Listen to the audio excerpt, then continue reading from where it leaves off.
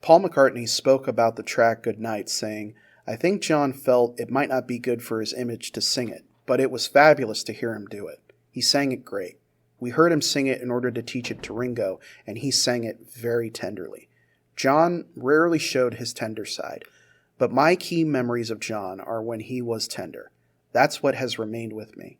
Those moments where he showed himself to be a very generous, loving person. I always cite that song as an example of the John beneath the surface that we only saw occasionally." Goodnight served as the closing track for the White Album after the experimental Revolution No. 9. It was felt something like it was needed after something so avant-garde.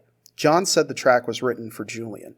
George Martin composed and arranged the orchestra for the track and attempted to make it sound like an old Hollywood movie send-off.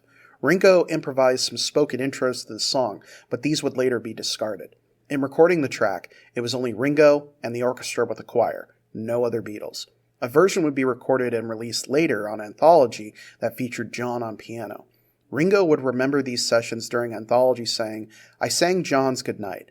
I just heard it for the first time in years, and it's not bad at all, although I think I sound very nervous.